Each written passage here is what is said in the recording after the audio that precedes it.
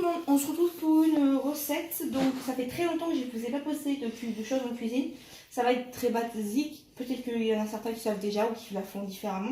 Aujourd'hui je vais vous faire voir comment moi personnellement je fais la pâte à pancake sucrée, désolé. Je vais faire la sucrée et la salée aujourd'hui, mais j'ai décidé de vous montrer la sucrée. Le seul truc qui change, c'est qu'on ne met pas d'alcool dedans, on ne met pas de sucre dedans. C'est le seul truc qui va changer. Donc, en termes d'ustensiles et d'appareils tout, vous allez avoir besoin, si vous êtes une feignasse, d'un robot électrique. Vous allez donc avoir besoin d'une cuve, de ce fouet-ci et d'une maryse. Techniquement, vous avez besoin que de ça. Et après, si vous faites une pâte salée à côté, d'un plat pour débarrasser et réutiliser votre cuve. Sauf si vous avez deux cuves, si vous avez la chance d'en avoir deux. Mais c'est tout ce qu'on va avoir besoin. Après, en termes d'ingrédients. Alors, en sachant que là, je ne vais pas vous donner les quantités, je vais tenter de vous donner des quantités en barre d'informations. Sachez que moi, je suis la reine du pif paf pouf. Voilà, je fais vraiment à l'œil. J'ai appris à cuisiner comme ça avec les grands-mères et voilà. Donc, on va avoir besoin de la farine de blé, classique, ordinaire, de pâtisserie. On va avoir besoin, pour la salée, pour la sucrée, désolé, une pointe de sel, mais vous le verrez, je mets 3 fois rien.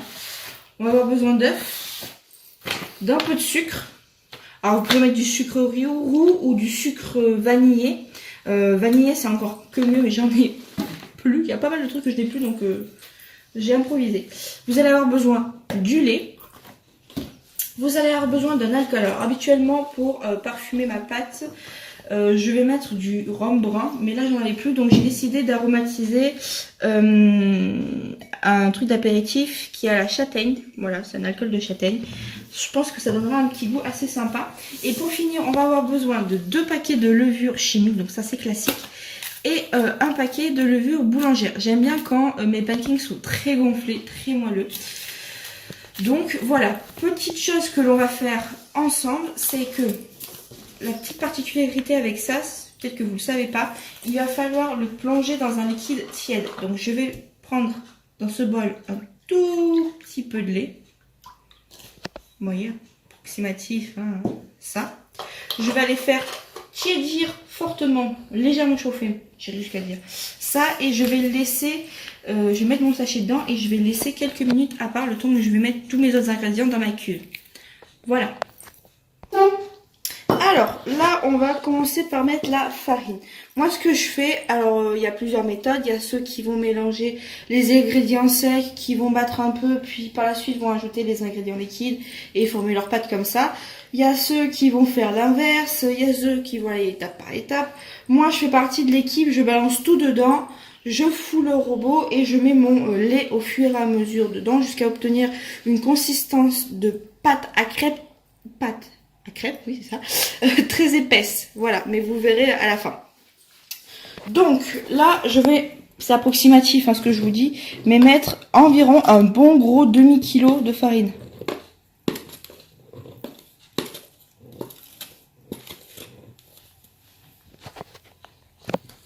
Je dois être sur un bon gros demi-kilo là.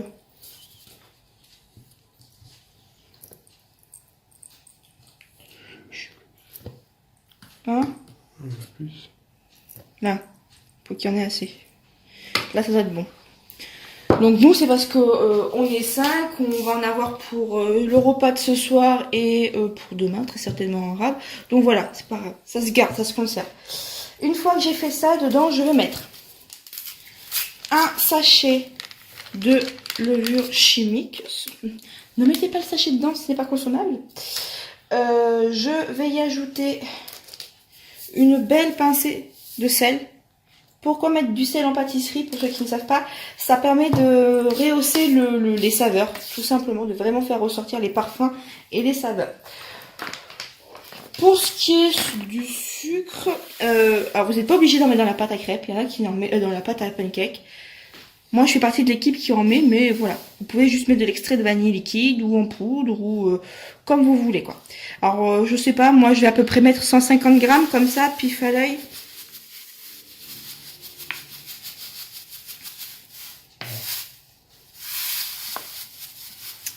Ça donne à peu près ça. Donc c'est juste histoire de la sucrer un peu parce que pour toute la farine qu'il y a, 150 grammes, c'est pas énorme. Une fois que j'ai fait tout ça, on va passer à ce qui va être liquide. Donc comme je vous ai dit, j'ai fait chauffer du lait et dedans j'ai mis mon sachet de levure boulangère. Donc ça c'est quelque chose qu'on va mettre tout à la fin. Là je vais commencer par mettre mon arôme. Donc je vous ai dit, ce sera du vin de châtaigne. On va aromatiser à la châtaigne. On va pas en mettre trop parce que je pense que ça va avoir un bon goût prononcé. On va mettre pour commencer 4 œufs. Je pense que pour commencer ce sera pas mal. Alors pareil pour casser les œufs. Si vous voulez pas mettre de coquilles, vous les tapez entre eux ou sinon vous les tapez sur la table. Si vous voulez pas mettre de coquilles dans votre préparation. Surtout quand on a des œufs avec des coquilles hyper fines.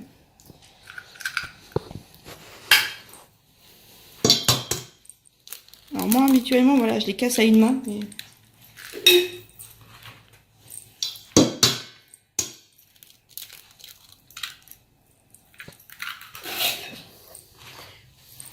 Vous voyez, je pense que je vais pouvoir pousser jusqu'à 5. Je vois ce que ça fait. Donc, pas énorme les œufs. On va pouvoir pousser jusqu'à 5. Là, je vais venir mettre ma préparation donc avec ma levure de boulanger et mon lait. Désolée pour le bruit.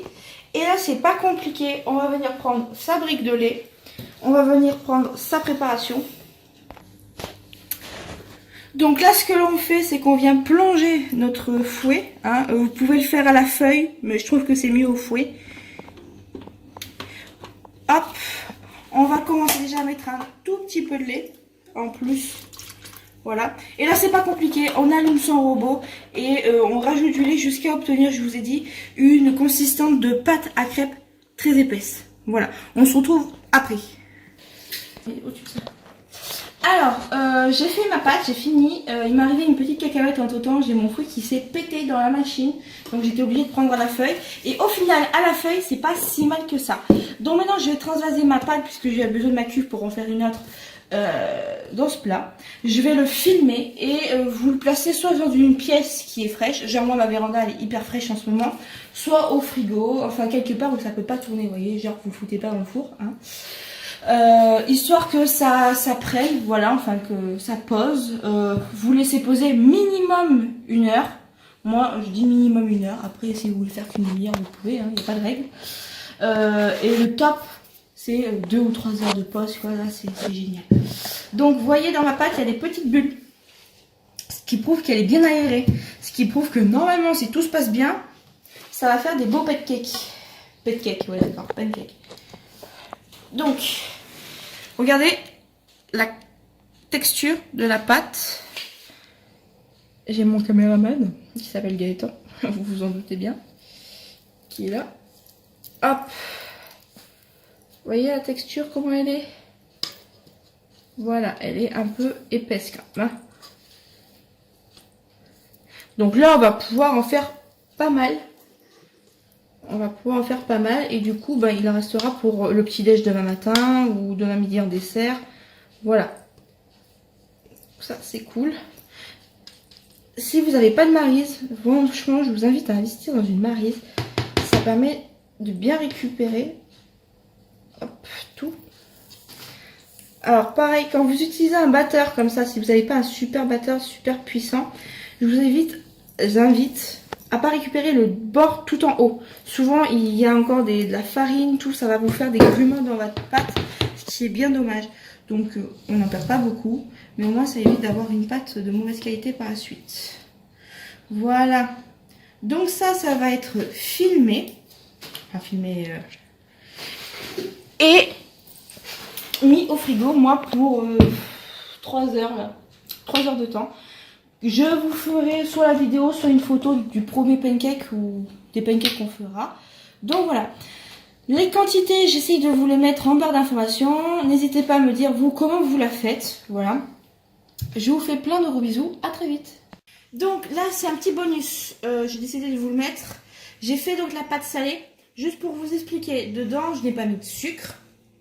J'ai mis du sel en plus grosse quantité. J'ai mis du poivre également. Donc ça, c'est chacun comme il voit. Mais moi, j'ai mis du poivre. Et j'ai rajouté un mélange d'épices. Alors là, il est vide. Mais c'était herbes séchées et épices.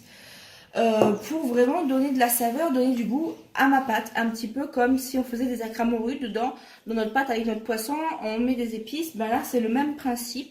Histoire d'avoir une pâte bien savoureuse. Sachez également, désolé c'est Gaëtan qui me faisait des signes, sachez également que je ne mets pas d'alcool dans ma pâte salée, mais vous pouvez très bien mettre du whisky, du Ricard, du Rivesaltes ou ce genre de choses si vous aimez le sucré salé.